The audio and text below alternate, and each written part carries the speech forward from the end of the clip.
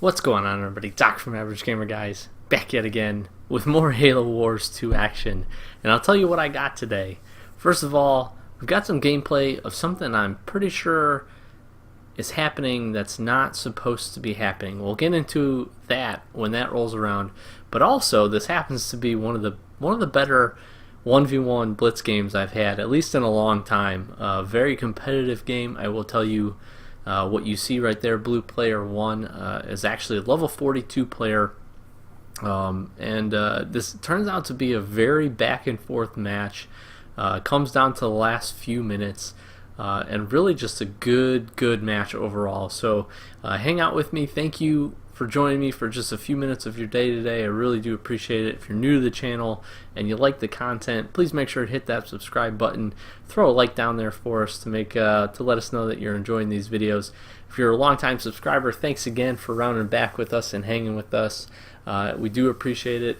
As always, down in the description, there's going to be some stuff going on you can check out. We got our Twitter link down there. We've also got the Average Gamer Guys Club. Feel free to join that on Xbox.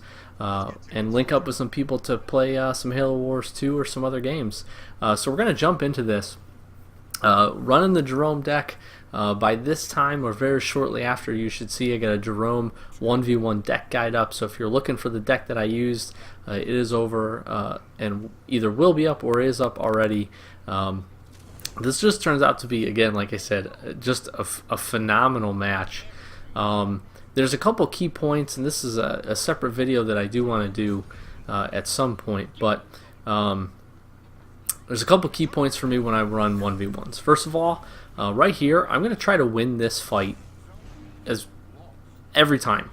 I know that sounds silly, but being able to take somewhat of an advantage, and right there I get really lucky with the energy gram, but I want to win the initial fight right here. I want to be able to go in and take those units down because I think that, for me, if you can get that advantage, if you can win that fight and put that pressure on, what it allows me to do is it allows me some freedom here. So he spent his energy to call in a Locust. He spent his energy to call in some units.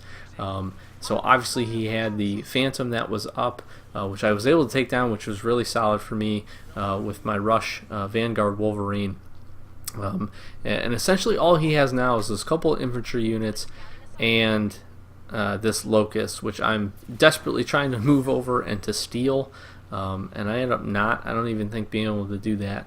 But at this point now, though, I've got 2 points locked in. I've got a decent little lead, and again, I don't know how I missed taking that unit down, but I've got a decent little lead on points, and really he's building up. He's building up pretty good force. The best thing that he's obviously going to be able to do here against me, and it's pretty consistent throughout the game that he runs a pretty similar strategy, which is to say that we see often is kind of the infantry span. He's got some hunters, he's got some grunts down there, pretty typical honestly for a banished force. And at this point I'm just trying to play the harassment game. I have done the other key point for me, which is to try to get in the Vulture. The Vulture is just such a solid unit, so strong overall, hard to contest with and hard to fight with. I like to just try to get one of those in, use it wisely, keep it alive.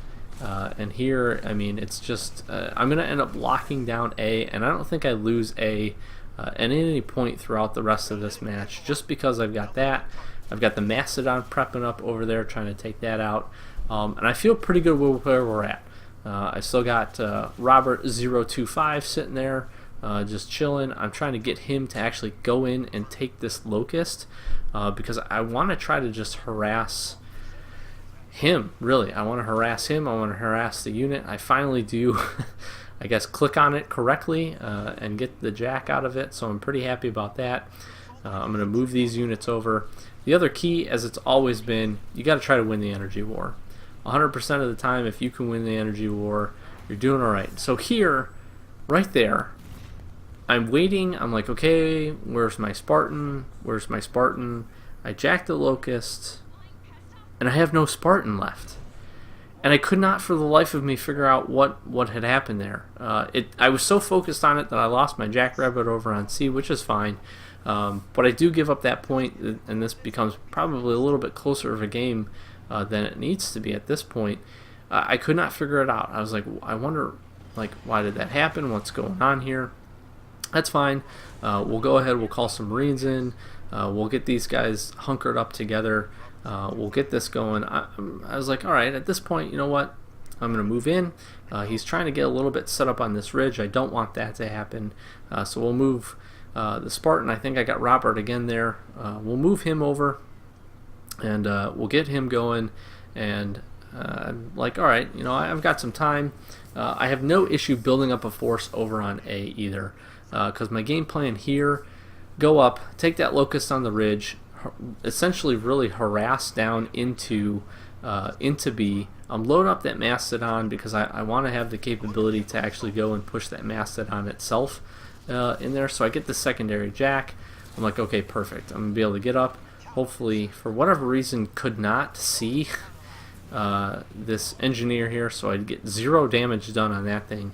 And at this point, I'm trying to figure out now, he's got a good sized army, so I could not understand what had happened though that first time with that Spartan, and seeing this again. I do know, obviously, if you're not aware, they did change it where if the unit that the Spartan is in ends up dying, the Spartan takes some damage. So he came out with no shields. It just happened so quickly on the first iteration. I sincerely thought that the unit dying just killed him. I see now here, probably because of the type of units that he was using. We've obviously got it. You know, he's got this infantry spam again. That it probably just took him down really quickly. But we get a great Phoenix missile here. We honestly get a really good salvo that just puts us in great position to punch back. And I believe we take B back, if I'm not mistaken, or we get very close to it. And at this point I realize again, I got to keep pushing for C. I'm about 40 points down, but I feel okay. And this is where this match, it's really tight. It's a great, honestly, it's a great match. The whole thing just rounds out really good. This guy does a great job of getting set up on the ridge. It's the one thing that I didn't want to have happen, just purely for the fact that, you know, it's hard for me. That's probably one of the only things that the Ducks struggles with, just for the sole fact that you know, I don't have a good capability to take some of that stuff down. So now I try to get in here, and again, I'm missing the inputs, I guess, so some misplays by my part. But as always, the sniper gets in and is just going to do some work, and that's why I love this deck, because you know, it has, like I said, a little bit of weakness. It has a little bit of trouble sometimes taking down the infantry spam, but the sniper is such a good counter. And then when you can get a mastodon up with some Marines in it, and you can kind of just build the force and put everything together, really, really solid overall. So now at this point, I've kind of got the opposite lockdown, which is not necessarily a strategy that I would recommend. Because it can be kind of hard to manage the fact that you're moving back and forth between a lot of different units. But at this point, if I can stay outside of the range of those units, I haven't even been contested on A yet, so I've got that pretty well locked down. I feel good with where that's at. You know, at this point, I'm feeling okay, and I know that my only hope, my only real strategy is I'm not pushing on to B. He's got too many units, too much stuff. That really is just hunkered down there. As long as I keep a unit or two, I'm trying to move the Spartan in here, or the sniper in here, and keep him locked into it. I'm going to stand a good chance. We get the lead back, and I know I've got to keep the pressure on myself, and I've got to be able to build up a good force. I see him trying to move those units over from B into C. And I realized, again, this is my chance. It's very critical in ones, and I've always found it very critical in ones that couple things. You want to have good diversified armies. So he's got a decently diversified army here, but nothing that's exceptionally great, especially if I can focus on the one hunter I think he had in the group and take that out. If I can focus on that, he doesn't have anything really fantastic that's going to be able to take out my tanks over there. The Mastodon and the Scorpion are going to end up doing some work. I want to put the pressure simultaneously on B as he's swinging over to grab C. So you'll see a lot in ones where people will move their large group, especially if they do the spam.